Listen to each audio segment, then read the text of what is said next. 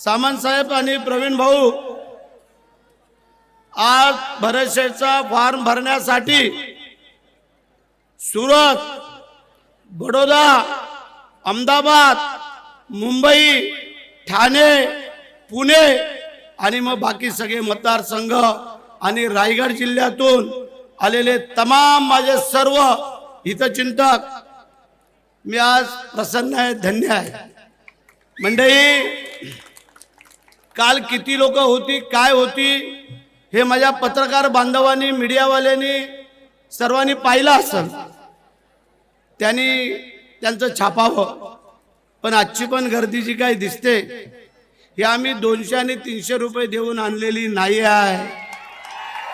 काल ते लोक बोलले की उद्याची गर्दी ही 200 आणि 300 रुपये। अरे वर्षाच्या 12 महिने, महिन्याच्या 30 दिवस, दिवसाचे 24 तास हा तुमचा सेवेकरी म्हणून या जनतेची सेवा करत असतो। पैसे आम्ही देत असतो। कधी देतोय? जो एखादा आजारी आहे, एखाद्याचा बैल मेलाय, एखाद्याची गाय मेले, एखाद्याच्यावरती लग्नाचा प्रसंग आहे, त्याला हॉस्पिटलला काय ॲडमिट करायचं आहे, तेव्हा आम्ही मदत करतो। आता जर आम्ही मदत करून जर हे येणार असतील तर मग 5 वर्ष आम्ही काय केलं? एकी गाव, एकी वाडी आणि एकी वस्ती जर कामापासून जर वंचित असेल तर त्यांनी आज इथं सांगावं। मंडळी, आपल्या मुख्यमंत्री, उपमुख्यमंत्र्यांच्या माध्यमातून, आपल्या उद्योगमंत्री, पालकमंत्र्यांच्या माध्यमातून एकी गाव, एकी वाडी, एकी वस्ती विकासापासून वंचित राहिलेली नाहीये। काल काय सांगितलं की यांनी कोट्यावधीच्या घोषणा करतायत गावागावात जाऊन। मंडळी, हे 75 पानांचं पुस्तक आणि पाठपोट 150 पानं, याच्यामधलं एकही काम जर चुकीचं असेल त्यावेळेला सांगा, मी तुमची माफी मागेन। एकही काम, हजारो काम आहेत, त्यांनी दाखवावं की हे काम झालं ना, हे काम मंजूर नाही। जे बोलल ते आम्ही देऊ। मग मंडळी काय पाहिजे मला सांगा। टोटल सगळी कामं केली आम्ही। काल त्यांनी सांगितलं म्हणजे कोरोना काळामध्ये या तुमच्या आमदारांनी, त्यावेळेला मला वाटतं आदित्यताई होती ना रे पालकमंत्री कोरोनाच्या काळात, आदित्यताई। मग तुम्ही मला सांगा, कुठला गाव, कुठला वाडी, कुठली वस्ती कोरोना झाला त्याला आमचं महाड MMAचं हॉस्पिटल किंवा मुंबईला कुठं लागली तर जरूरत इंजेक्शन सहित, औषधा सहित, ॲम्ब्युलन्स सहित त्यांना लागणारी सर्व साधन सामुग्री जर कोणी पुरवली असेल तर या तुमच्या आमदारांनी पुरवलेली। विचारा कोण जात होते तिथं हॉस्पिटलला, त्यांना तसल्ली द्यायला, त्यांना धीर द्यायला। तेव्हा कुठं होते सुभाष देसाई? तेव्हा कुठं होता तुम्ही इतर मंडळी? जेव्हा महापूर आला, या महापुराच्या वेळेला जर सुभाष देसाई येऊन गेले असते ना तर आम्ही त्यांचे आज आभार मानले असते। या महापुराच्या वेळेला जर काही नेते मंडळी काल आले होते ते येऊन गेले असते ना, आज त्यांचे आम्ही आभार मानले असते। पण भरत शेठची भीती आहे की भरत शेठ हा ह्या कोणाला सजासजी ऐकणार नाही हे त्यांना माहिती आहे। आणि म्हणून की जे मोठे नेते आणलेत तर काय थोडीफार गर्दी जमल, आणि म्हणून त्यांनी काल केलेला प्रयोग होता। पण तो कालचा प्रयोग, त्याच्यावरती पाणी फिरवायचं काम त्या माझ्या आज गोरगरीब जनतेने केलेला आहे। तुम्हाला माझा सलाम।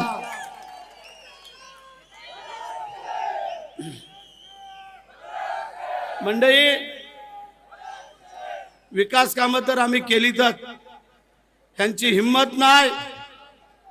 मग तुम्हाला सांगतो, आपल्या सरकारने, आपल्या मुख्यमंत्र्यांनी, आपल्या उपमुख्यमंत्र्यांनी, आपल्या पालकमंत्र्यांनी आणि आम्ही, आपल्या आता असणारे खासदार यांनी तुमच्यासाठी काय केले कळणं गरजेचं आहे. थोडं ऊन आता तुम्ही सोसा, काल त्यांनी थोडं सोसलं ना, तुम्ही आज थोडं जास्त सोसा, पण तुमचे 5 वर्ष या उन्हाची आज तापलेले तुमची परतफेड नाही केली तर भरत शेठ हे नाव नाही सांगणार. सांगा बरी हो, कोण भरत शेठच्या घरी आलाय? त्याला चहा पाणी नाश्ता विचारपूस, त्याला असणारी काही अडचण. माझ्या मुस्लिम भगिनी आज इथं मला दिसल्या मगाशी, विचारा. आम्ही कधी नाही हो त्यांना जातपात विचारली.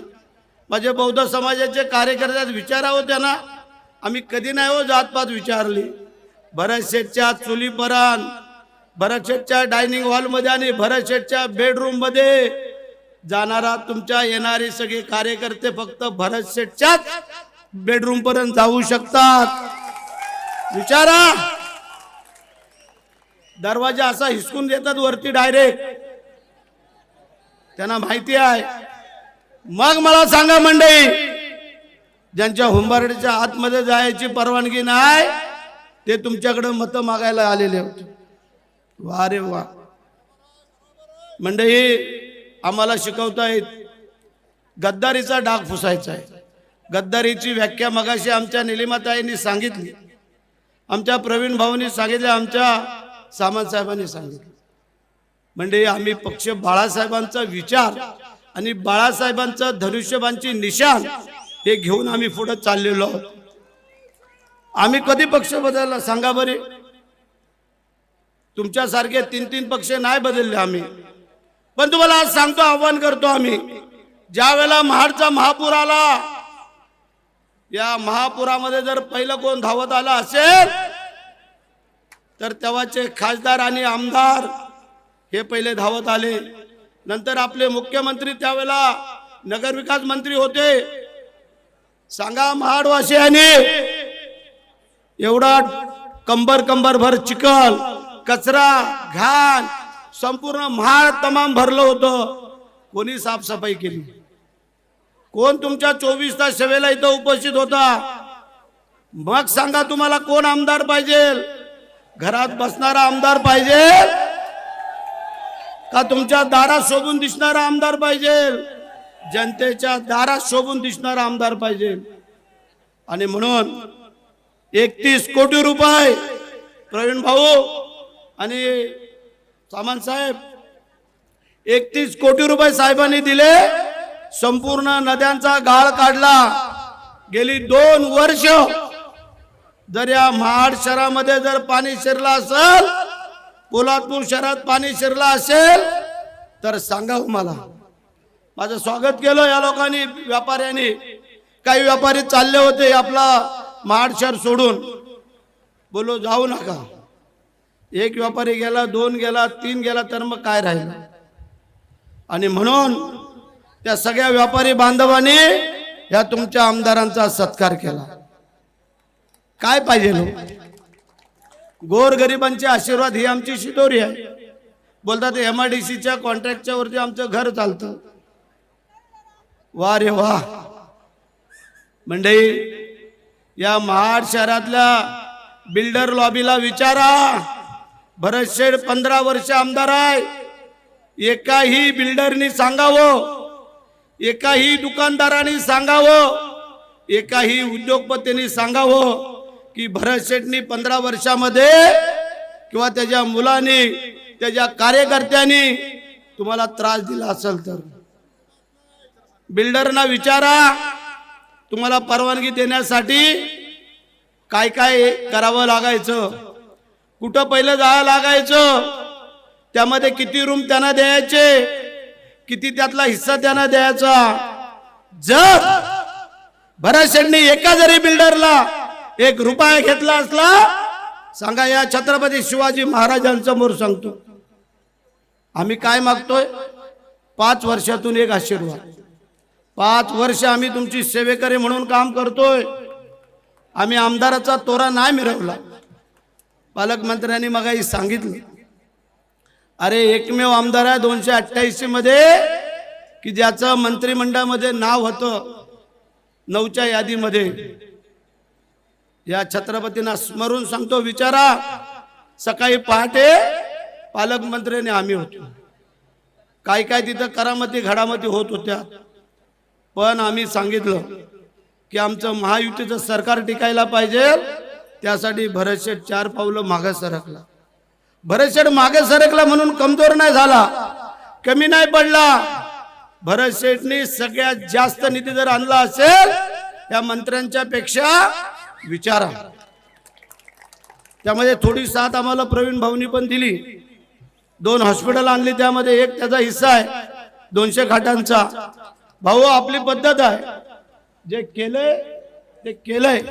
200 खाटांचा सुपर स्पेशालिटीचं हॉस्पिटल आणण्याचा सिंहाचा वाटा जर कोणाचा असेल तो माझ्या प्रवीण भाऊचा आहे. 100 खाटाचा हॉस्पिटल मी आणलेलं, प्रवीण भाऊने आणलं, मी आणलं, राष्ट्रवादी कोणी जरी आणलं तरी या गोरगरीब जनतेसाठी आणलं. म्हणजे डायलिसिसचे पेशंट वाढलेले आहेत. बिचाऱ्यांना एक डायलिसिस करायचं असेल तर 1,500, 3 डायलिसिस करायचे असेल तर 4,500. जर महिन्यातून एका आठवड्याला 3 चोक 12, 12 दीड 18,000 कुठनं आणणार आमचा गोरगरीब बांधव? मग काय केलं तुमच्या आमदाराने? मी धन्यवाद देतो सुर्वे डॉक्टरना. सुर्वे डॉक्टरने जागा दिली, एका ट्रस्टीने आम्हाला मशीन दिल्या. आणि प्रवीण भाऊ आणि पालकमंत्री तुम्हाला सांगू इच्छितो, फ्री ऑफ चार्ज मध्ये हा तुमचा आमदार 1.25 लाख रुपये दर महिना आम्ही घरनं त्यांचा पगार देऊन डायलिसिस चालवतो. विचारा, गोरगरीब आम्हाला दुवा देत आहे. मंडळी, आज माझा मुस्लिम बांधव आहे, आज माझा बौद्ध समाजाचा बांधव आहे, आज माझा कुणबी समाज आहे, सुतार समाज आहे, तेली तांबोली सगळे 12 बलुतेदार. विचारा ह्यांना एकाला तरी आम्ही दुजाभाव देतोय काय? म्हणजे बोलतात MIDC मध्ये यांनी नोकऱ्या नाही दिल्या. हजारो लोक कामगार या भरत शेठने त्यांना परमनंट केलेले आहेत. तुम्हाला नंतर मी तुम्हाला लिस्ट देतो आणि ते वाचल्यानंतर तुम्हाला कळेल. आता पण निवडणुकीच्या अगोदर जवळजवळ 300 लोकांना आम्ही परमनंटच्या नोकऱ्या देणार आहोत. काय पाहिजे? गोरगरिबाचा आशीर्वाद, ह्याच्यापेक्षा आम्ही काय मागतोय? म्हणजे असो, वेळ झालेला आहे. आता आपल्याला मिरवणुकीने फॉर्म भरायचा आहे. फक्त 1-2-3 ज्याला स्पर्श करतो. काळकुंभे जलविद्युत प्रकल्प यांच्याच काळामध्ये आला, त्यांनी रखडवला, आतापर्यंत रखडला. 1660 कोटीची सुप्रमा देण्याचं काम या महायुतीच्या सरकारमध्ये या तुमच्या आमदारांनी केलं. त्यानंतर मग सांगितलं, पाचालला शिवसृष्टी पाचाडला 50 कोटी रुपये. दासगावचा ब्रिज मगाशी तटकरे साहेबांनी सांगितलं 112 कोटी रुपये. त्यानंतर 100 खाटांचं ट्रामा केअरचं हॉस्पिटल 82 कोटी रुपये. सुपर स्पेशालिटीचं 200 खाटांचं हॉस्पिटल 147 कोटी रुपये. महाडची कोर्टाची बिल्डिंग 33 कोटी रुपये. प्रशासकीय भवन जे पाण्यामध्ये बुडतं त्याला 28 कोटी रुपये. 2 दुसरी 4.5 कोटीची इमारत. आणि त्यानंतर म्हणजे या महाड शहरासाठी आम्ही काय केलं? बोलतात आम्ही ही इमारत बांधली. मगाशी आमच्या याने सांगितलं ही 15 कोटीची इमारत हे स्वतःच्या स्वनिधीची नगरपालिकेच्या. 65 कोटीची पाण्याची योजना मंजूर केली आपल्या मुख्यमंत्र्यांच्या माध्यमातून. 94 कोटीच्या अंतर्गत रस्ते मंजूर केले. त्यानंतर 121 कोटीची अंतर्गत गटार लाईन मंजूर केली.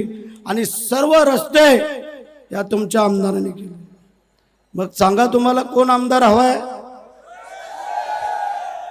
आता एकच सांगतो, एवढा वेळ थांबलाय. एक अशी मिरवणूक काढायची आहे की बाजारपेठेतले व्यापारी पण थक्क झाले पाहिजेत की ग्रामीण भागातले लोक भरत शेठ वरती एवढे प्रेम करतात.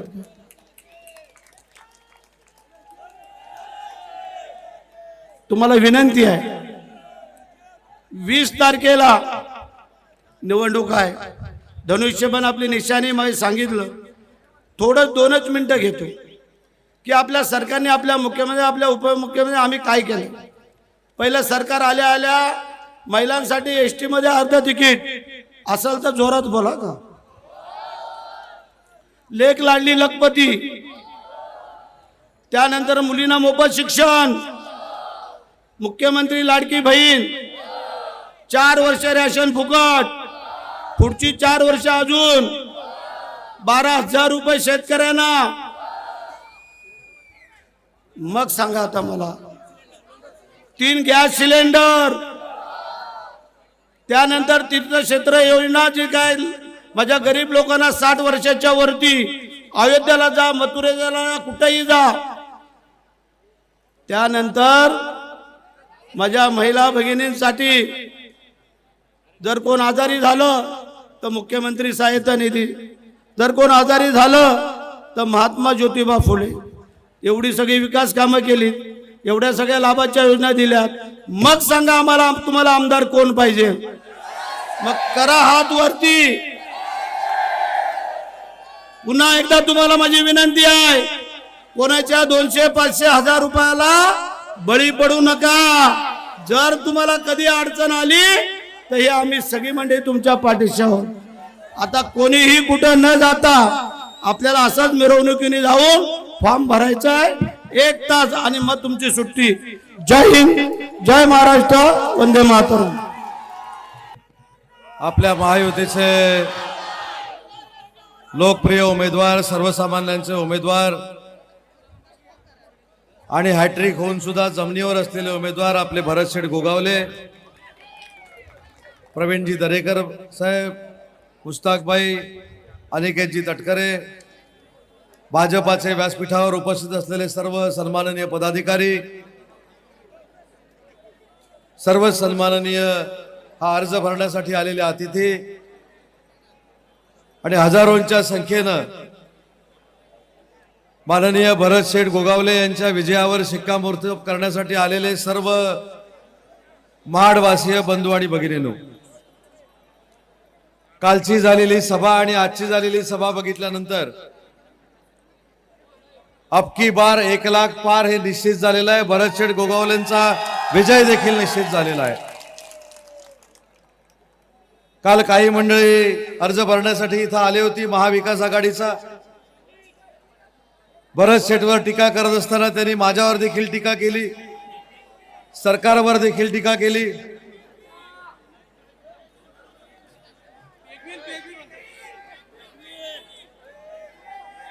जाऊ दे,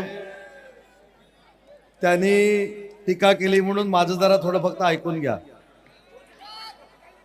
काल त्यांनी आपल्याला असं सांगितलं की भरतशेठ गोगावलेंना विधानसभेमध्ये पाठवण्यापासून रोखायचं आहे. पण मला आपल्या सगळ्यांना धन्यवाद द्यायचे आहेत की हजारोंच्या संख्येनं उपस्थित राहून भरतशेठ पुन्हा एकदा चौकार मारणार आहेत हे आपण सगळ्यांनी मिळून निश्चित केलेलं आहे.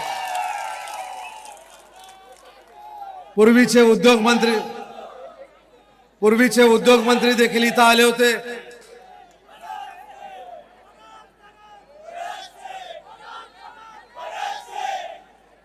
अरे परत नाही, आता कायमच भरतशेठ. परत म्हणजे 2दा झालं. परत कायमच भरतशेठ. जोपर्यंत भरतशेठला वाटतं की मला आमदार व्हायचं आहे तोपर्यंत भरतशेठ. अरे कायमच भरतशेठ म्हटल्यानंतर अगली बार कुठं आला आता. नाही, ते नंतर दोघं ठरवतील, तुम्ही ते ठरवू नका. तर काल राज्याचे माजी उद्योगमंत्री देखील इथं आले होते आणि त्या उद्योगमंत्र्यांनी उद्योग आले नाहीत अशा पद्धतीची टीका केली आणि उद्योग विभागामध्ये हुकुमशाही चालते अशी टीका केली. मला एकच प्रश्न त्यांना विचारायचा आहे की आज भरतशेठ शिवसेनेमध्ये काम करतात, विकास शेठ गोगावले देखील शिवसेनेमध्येच काम करतात. परंतु जर मी हुकुमशाही केली असती तर तुम्ही उद्योगमंत्री होता. तुम्ही उद्योगमंत्री असताना जे उद्योग केलेत ते झाकण्यासाठी तुमच्या मुलाला धनुष्यबाणाच्या शिवसेनेमध्ये का पाठवलं, हा प्रश्न तुम्ही त्यांना सगळ्यांना विचारला पाहिजे. त्याच्यामुळे उद्योग विभागामध्ये खरी कोणी हुकुमशाही केली, खरं कोणी त्या उद्योग विभागाला लुटलं, हे महाराष्ट्राच्या जनतेसमोर आहे. त्याच्यामुळे तुमच्या दिव्याखाली अंधार किती आहे बघा. स्वतःच्या काचेच्या घरात राहणाऱ्यांनी दुसऱ्याच्या घरावर दगड मारू नये. देसाई साहेबांना एवढंच मला आवाहन करायचं आहे.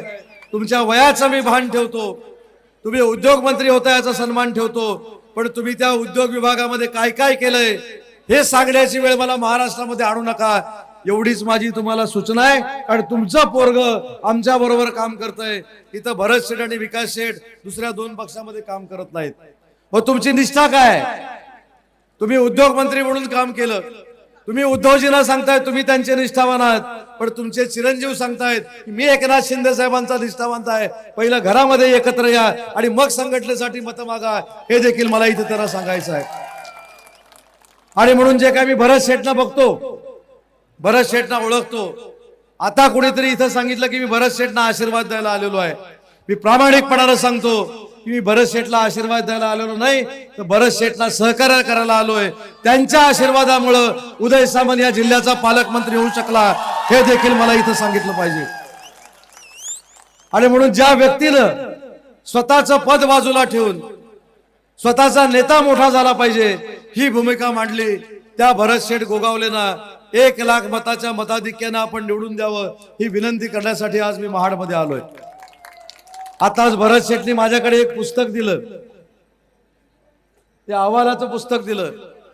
त्या पुस्तकाचं वजनच एवढं आहे की पुस्तकच उचललं जात नाही. त्या पुस्तकातला निधी जर बघितला तर 288 मतदारसंघामधले भरत शेठ एकमेव असे आमदार आहेत की त्यांनी आमच्या सगळ्यांपेक्षा निधी आपल्या सगळ्या जनतेसाठी आणलाय. आणि म्हणून तुमची जबाबदारी आहे, तुमची जबाबदारी आहे. आज तुम्ही प्रत्येकानं लिहिलंय की मी भरत शेठ गोगावले आहे.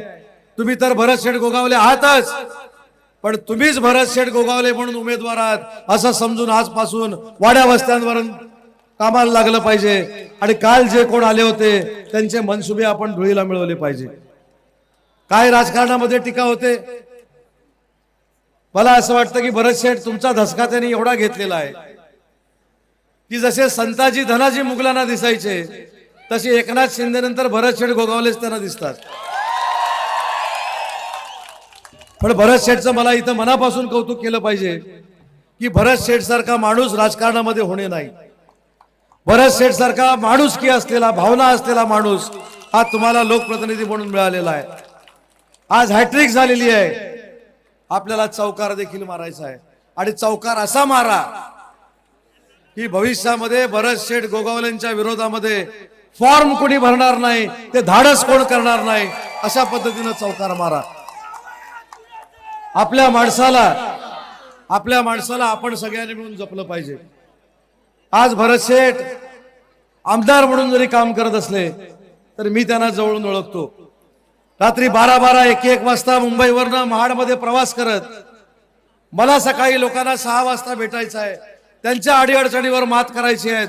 मग ते राष्ट्रवादी काँग्रेस पक्षाचे असतील, शिवसेनेचे असतील, भाजपाचे असतील, या सगळ्या सहकाऱ्यांना मला मदत करायची आहे अशी भावना ठेवणारा 288 मतदारसंघामधला दिलदार आमदार जर कोण असेल तर तो आमचा भरत शेठ आहे, हे देखील मला अभिमानाने इथं सांगायचं आहे. भरत शेठ, मी येताना फटाक्याची दुकानं बघितली.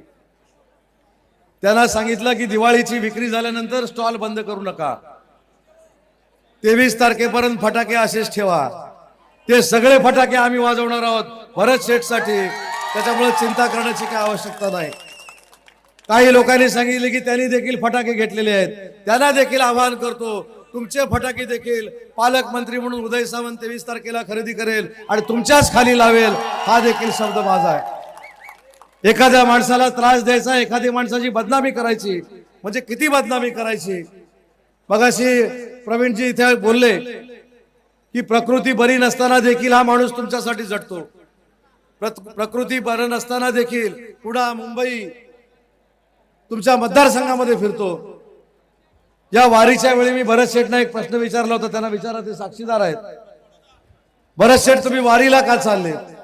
भरत शेठने जे मला उत्तर दिलं ते महत्वाचं आहे की ज्या ज्या वेळी मी वारीला जाऊन काही मागितलं ते माझ्या महाडवासियांसाठी मागितलं आणि महाडवासीय मला आशीर्वाद देतात, म्हणूनच मी आमदार आहे. ही सांगणारी नम्रता ही भरत शेठ गोगावलेंमध्ये आहे.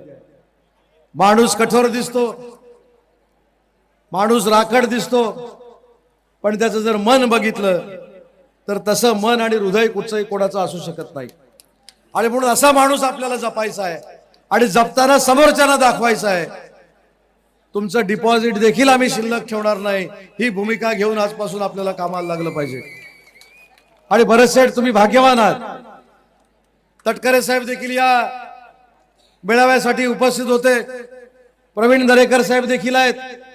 तटकरे साहेब म्हणजे अजितदादा उपस्थित आहेत, प्रवीण दरेकर साहेब उपस्थित आहेत, म्हणजे देवेंद्रजी फडणवीस उपस्थित आहेत आणि स्वतः भरत शेठ आहेत म्हणजे एकनाथ शिंदेच आहेत. त्याच्यामुळे तिन्ही नेत्यांच्या उपस्थितीमध्ये हा अर्ज भरलाय. हा संकेत अतिशय भाग्याचा आणि चांगला आहे. आज मला अजून एक आपल्याला विनंती करायची आहे. विशेषतः महिला भगिनी फार मोठ्या संख्येने इथं उपस्थित आहेत. महिला भगिनींना एकच आठवण करून देतो. मुख्यमंत्री माझी लाडकी बहीण योजना ज्यावेळी मुख्यमंत्र्यांनी जाहीर केली, देवेंद्रजींनी जाहीर केली, अजितदादांनी जाहीर केली, त्यावेळी बंद पाडणारे कोण होते, बंद पाडावी ही कोणाची भूमिका होती, तर त्या उबाठावाल्यांची होती, काँग्रेसवाल्यांची होती. हा विचार देखील माझ्या महिला भगिनींनी केला पाहिजे.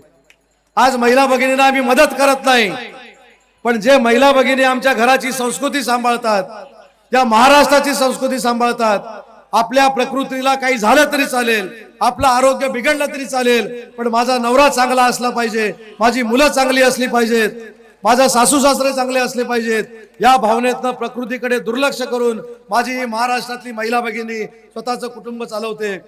आणि म्हणून मदत नाही तर तुम्हाला दर महिन्याला शासनानं बक्षीस दिलेलं आहे आणि ते बक्षीस बंद करण्याचं काम जर कोण करणार असतील तर ते महाविकास आघाडीवाले करणार आहेत.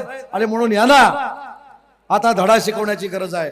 नागपूरच्या एका आमदारानं सांगितलं, 15 दिवसापूर्वी नागपूरच्या एका आमदारानं सांगितलं की यदा कदाचित जर आमचं सरकार आलं, सरकार तर यांचं येणारच नाही.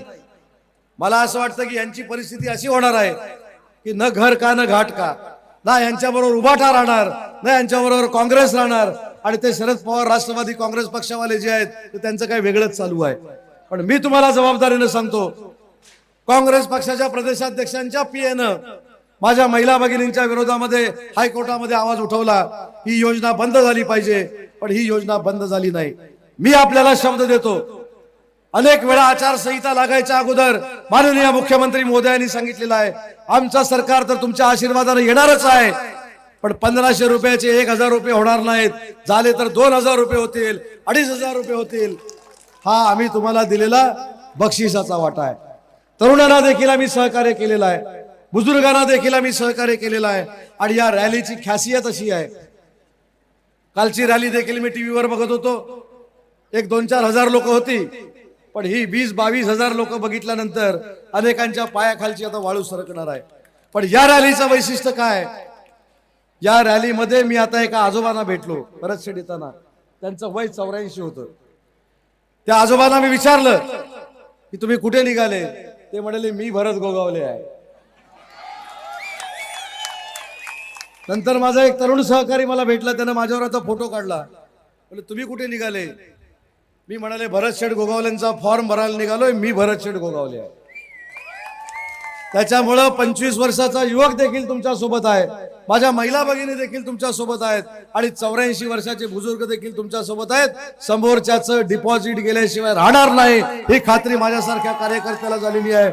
आणि म्हणून तुमच्या सगळ्यांच्या वतीनं भरत शेठ गोगावलेंना विजयासाठी आजच अभिनंदन करतो. आणि आज ही सभा अर्ज भरण्याची सभा नाही, तर निवडून आल्यानंतरची विजयाची सभा आहे असं या ठिकाणी मत माझं व्यक्त करतो. धनुष्यासमोरचं बटन दाबून भरत शेठ गोगावलेला विक्रमी मतानं आपण विधानसभेमध्ये पाठवावं.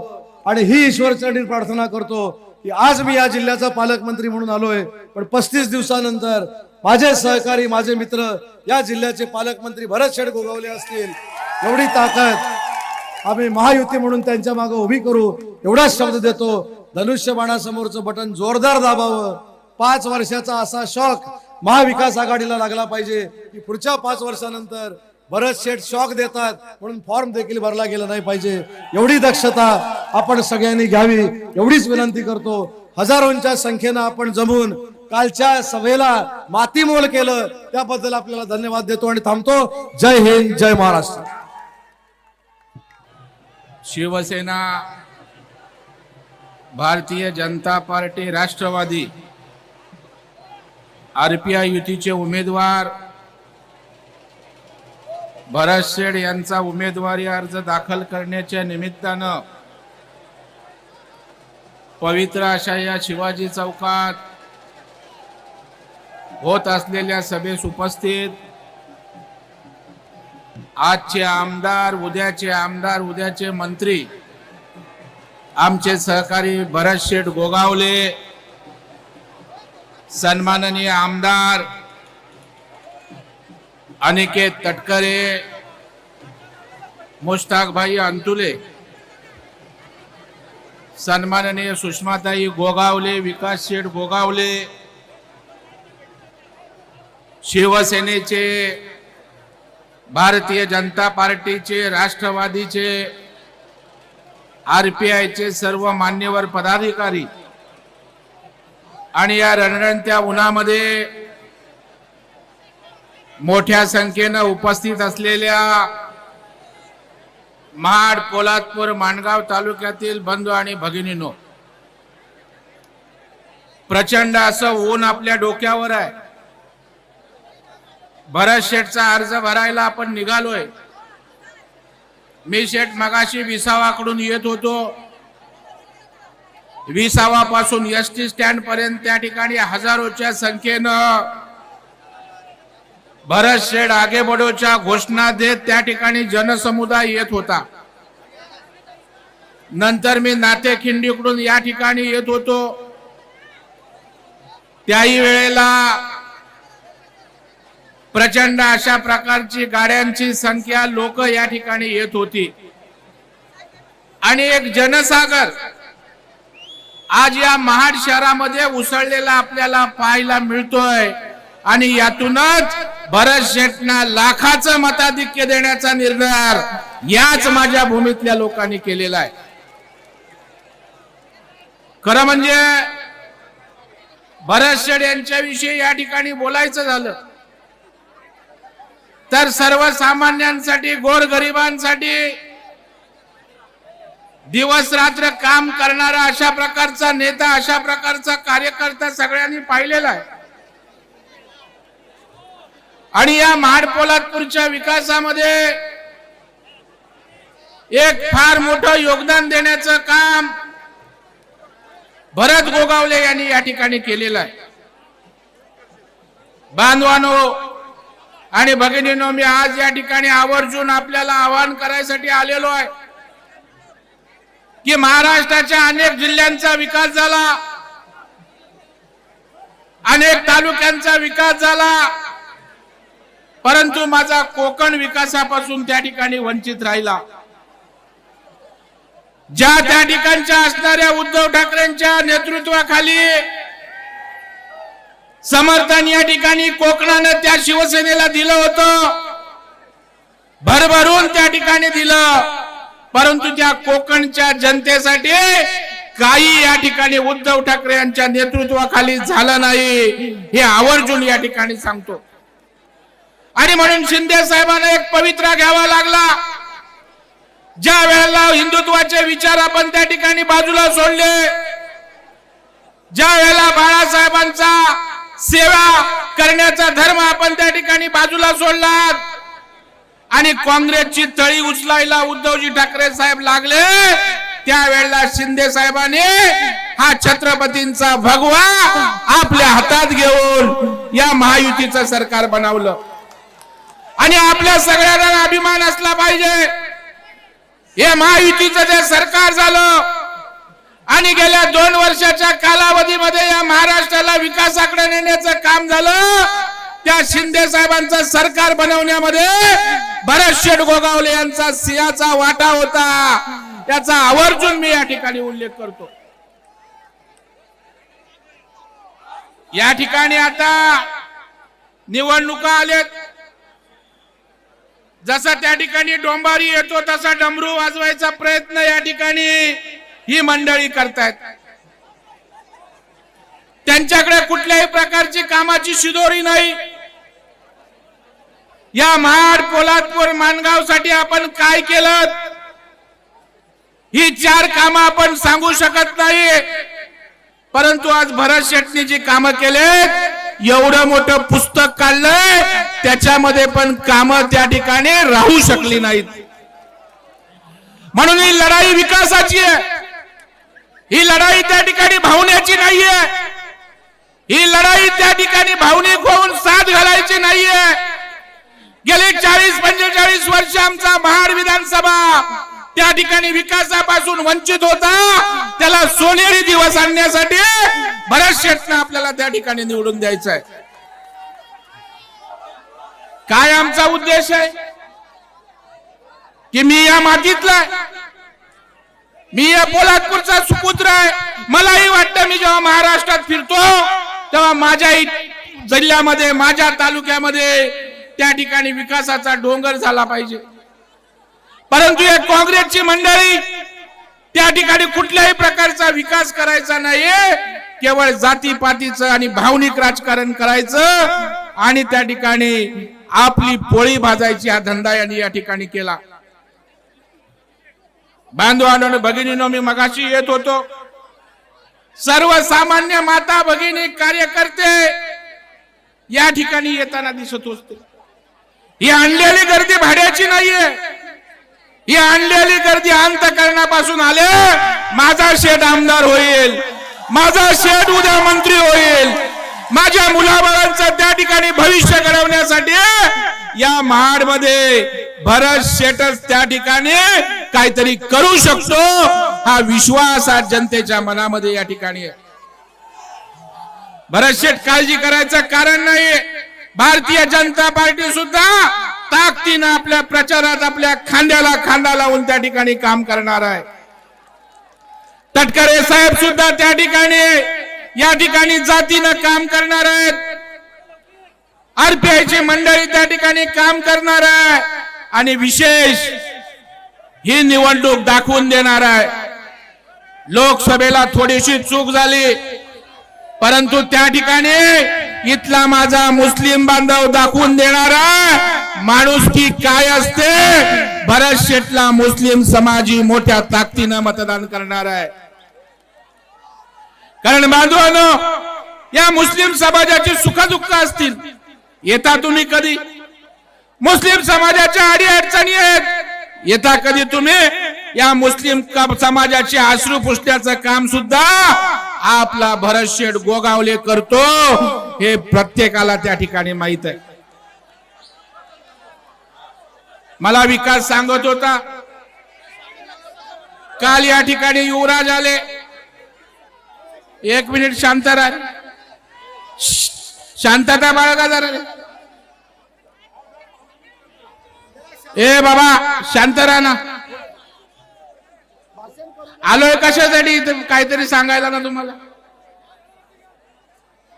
काल युवराज आले होते, सत्ता होती 2.5 वर्ष, कधी मातोश्रीतनं बाहेर नाही पडले उद्धव ठाकरे.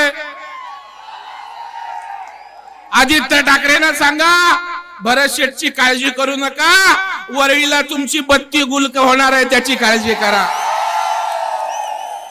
मी काल वरळीत होतो, वरळीतली लोक सांगतात 5 वर्ष आमदार आदित्य ठाकरे आमच्याकडे फिरकले नाही, त्यांनाच आम्ही घरी बसवल्याशिवाय राहणार नाही. त्यामुळे स्वतःची काळजी करा. भरत शेठच्या केसालाही धक्का लावण्याची धमक आणि ताकद आदित्य ठाकरे तुमच्यात आणि मातोश्रीमध्ये त्या ठिकाणी नाही. सुभाष देसाई आले होते ना भरत शेठ, उद्योग मंत्री असताना यांच्या मुलांनी काय काय उद्योग केले हे काढले ना, तर पुन्हा इकडे हे फिरकणार नाहीत. रोजगाराला रोजगार, बेरोजगाराला रोजगार देण्याची भाषा करता. अरे देसाई साहेब, आपण या राज्याचे उद्योग मंत्री होतात. किती या महाराष्ट्रात उद्योग आपण आणलेत. या माझ्या रायगड जिल्ह्यामध्ये किती उद्योग आणलेत. माडच्या MIDC मध्ये आपण काय केलं? इथल्या 100 पोरांना रोजगार मिळेल असं एक काम जरी केलं असलं ना आम्ही निवडणुकीतनं माघार त्या ठिकाणी घेऊ. उलट भरत शेठ त्या ठिकाणी सकाळ दुपार संध्याकाळ त्या कष्टकऱ्यांच्या गोरगरिबांच्या मुलाबाळांसाठी त्या ठिकाणी काम करत असतात. त्यांच्यामुळे तुमच्या 9% महाडची जनता भीक घालणार नाही हे अत्यंत जाहीरपणे या ठिकाणी सांगतो. गद्दार बोलता, कोणाला गद्दार बोलता? कुठला नैतिक अधिकार आहे? कुठल्या तोंडाने गद्दार बोलता? अरे गद्दार तर खरे तुम्ही आहात. बाळासाहेबांचा विचार घेऊन आम्ही एकत्रितपणे महायुती म्हणून सरकार त्या ठिकाणी बनवू शकलो असतो, परंतु निवडून आले भाजप सोबत आणि त्या ठिकाणी संगत केली त्या ठिकाणी काँग्रेस सोबत. कोण गद्दार आहे? उद्धवजी ठाकरे. कोण गद्दार आहे? आदित्य ठाकरे. कोण गद्दार आहे? सुभाष देसाई साहेब. अहो तुमच्या स्वतःच्या मुलाला सांभाळू शकत नाही तुम्ही. तुमचा मुलगा शिंदे साहेबांच्या सेनेत गेला. का गेला? तर विकासने आमच्या तरी मर्यादेत बोलला. जरा विकास बरं आहे, निवडणूक आहे, जरा विकास शांततेच घ्या. असं निवडणुकीनंतर आपण हिशोब चुकते करू सगळ्यांचे. त्यावेळेला उद्योग खात्यामध्ये काय नांगानाच मांडला होता. आताच्या उद्योग मंत्री आता येतील तेव्हा ते आपल्याला त्या ठिकाणी सांगतील. त्याच्यामुळे लोकांचा आता तुमच्यावर भरोसा राहिलेला नाही.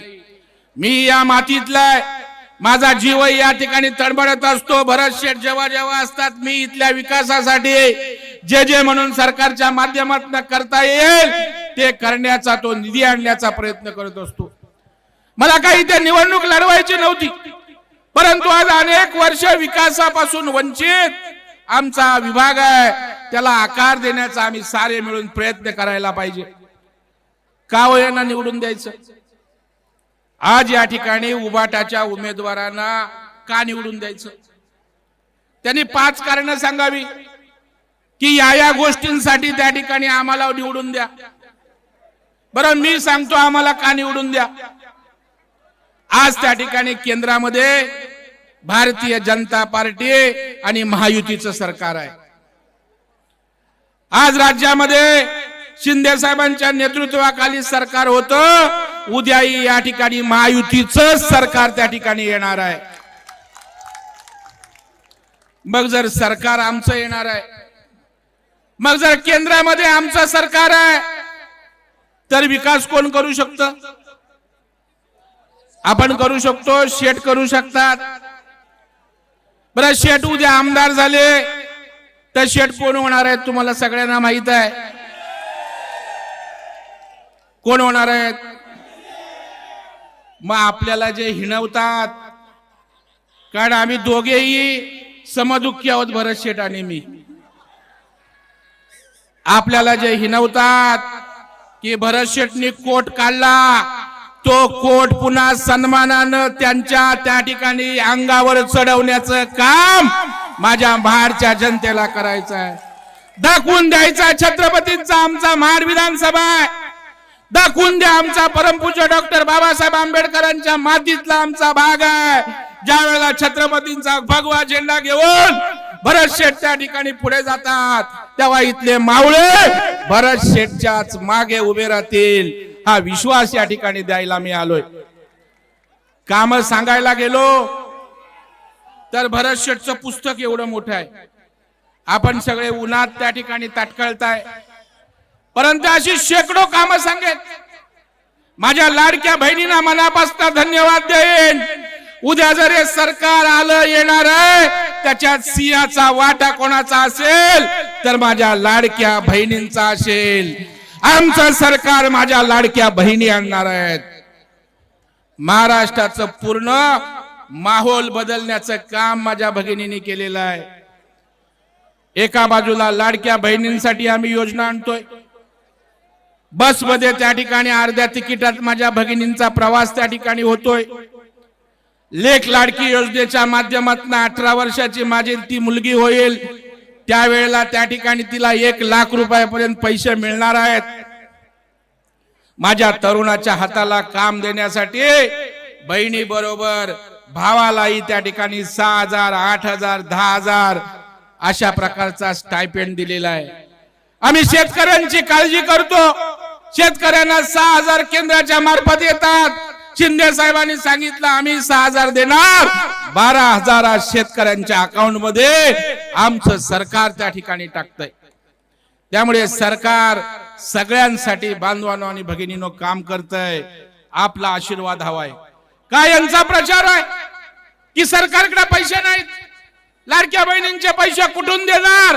अरे आपण चिंता करू नका, सरकार आमचं येणार आहे. पैसे कुठून आणायचे एवढं डोकं आणि ताकद शिंदे साहेबांनी फडणवीस साहेबांकडे त्या ठिकाणी आहे. म्हणजे किती भंपकी लोक बघा. एकाला बाजूला लाडक्या बहिणींच्या योजनेवर टीका करायची आणि दुसऱ्या बाजूला जाऊन आपले फोटो लावून लाडक्या बहिणीचे फॉर्म भरायचे. दुसऱ्या बाजूला त्या ठिकाणी काँग्रेसचा एक कार्यकर्ता कोर्टात जाणार, सांगणार लाडकी योजना बंद करा. लाडकी योजना बंद करायची आहे, लाडक्या बहिणींची करायची आहे का बंद? मग जर लाडकी बहिणींची योजना चालू ठेवायची असेल तर कोण निवडून आलं पाहिजे?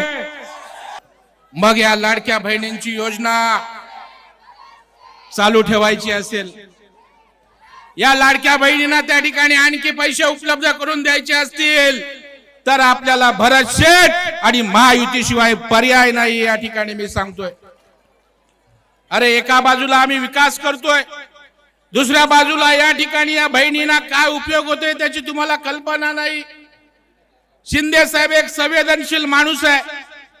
या लाडक्या बहिणींच्या इंटरव्ह्यू आपण ऐकले असेल. अनेक महिला सांगतात की मला ते 1,500 आले म्हणून मला हॉस्पिटलमध्ये औषधं घ्यायची होती, सरकारच्या 1,500 रुपयाचा उपयोग झाला. जेव्हा त्या ठिकाणी शिक्षणाच्या खर्चासाठी घरी विवंचना पैशाची होती त्यावेळेला अकाउंट मध्ये 2 महिन्याचे 3,000 आले. माझ्या बहिणी बोलतात शिंदे माझा भाऊ आहे, देवेंद्रजी माझे भाऊ आहेत, त्यांना आम्ही कधीच त्या ठिकाणी विसरणार नाही. अजित दादांना आम्ही त्या ठिकाणी विसरणार नाही. आणि मग जर महाराष्ट्र बदलतोय, महाराष्ट्र आज विकासाकडे त्या ठिकाणी जातोय तर आपण त्याला साथ देणार आहोत की ज्यांनी या महाराष्ट्राचं 2 वर्षामध्ये वाटोळं केलं त्या उद्धव ठाकरेंच्या नेतृत्वाखाली उमेदवाराला त्या ठिकाणी निवडून देणार आहोत. हा विचार करण्याची आज या ठिकाणी आवश्यकता आहे. बांधवांनो अनेक विकास कामं आहेत, भरत शेठ या ठिकाणी करतायत. मी त्या ठिकाणी महायुतीचा भाग आहे. मी आपल्या सगळ्यांना शब्द देतो, मी असेल, भरत शेठ असेल, तटकरे साहेब असतील, माड पोलादपूर मानगावचा चित्र बदलल्याशिवाय आम्ही राहणार नाही. त्यासाठी आपल्याकडून एकच अपेक्षा आहे, त्यासाठी आपल्याकडून एकच अपेक्षा आहे की आपला विजय असा लेचापेचा विजय नको. आपला विजय किरकोळ मध्ये असता कामा नये. आज महाराष्ट्र भरत शेठकडे पाहतोय. भरत शेठ आज महाराष्ट्राचं एक लोकप्रिय अशा प्रकारचं व्यक्तिमत्व झालंय. ज्या वेळेला भरत शेठचा निकाल येईल, ज्या वेळेला मतमोजणी होईल त्यावेळेला मताधिक्य 1,00,000च्या खाली या ठिकाणी असता कामा नये. अशा प्रकारची विनंती सुद्धा या ठिकाणी मी आपल्याकडे करणार आहे. सारा परिवार आपल्यासाठी काम करतोय. भरत शेठ आज त्या ठिकाणी बीपी, डायबिटीस, शुगर सगळं अंगावर घेऊन एवढी मोठी इंजेक्शन पोटात त्या ठिकाणी मारतात, परंतु लोकांना नाराज करत नाहीत. कोणाच्या बारशाला, कोणाच्या मैताला, जेव्हा रात्री अपरात्री आपल्यातला धावून जाणारा माणूस आज पुन्हा एकदा या राज्याच्या मंत्रिमंडळात जाणार आहे. हा आपला स्वाभिमान आहे, हे आपलं वैभव आहे. ज्या वेळेला प्रभाकर मोरे साहेब या राज्याचे मंत्री होते त्यावेळेला विकासाची गंगा या ठिकाणी वाहत होती. यांनी त्या ठिकाणी नंतर थांबले.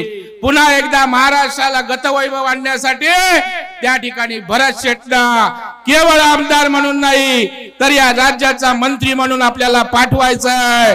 त्याच्यामुळे तुमचं मत केवळ आमदार ठरवणार नाही, तुमचं मत या राज्याचं सरकार कोणाचं ठरवणार आहे, तुमचं मत या राज्याचा मंत्री कोण असणार आहे ते ठरवणार आहे.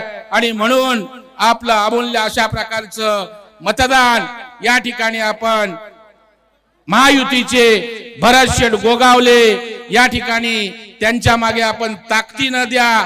मी माझे सर्व भारतीय जनता पार्टीचे सहकारी, आमचे बिपुल मामुनकर असतील, जयवंत दळवी असतील, सर्व पदाधिकारी यांना सांगतोय की आपण ताकदीनं भारतीय जनता पार्टीचा उमेदवार असताना काम करतो, त्याच ताकदीनं त्या ठिकाणी खांद्याला खांदा लावून या ठिकाणी भरत शेठच्या विजयामध्ये आपली मोठी ताकद आणि हातभार त्या ठिकाणी लागला पाहिजे, अशा प्रकारचं आवाहन या ठिकाणी करतो। आणि आपला भरत येईल परत, आपला भरत, आपला भरत, आपला भरत, आपला भरत। धन्यवाद। जय हिंद, जय महाराष्ट्र, भारत माता की जय।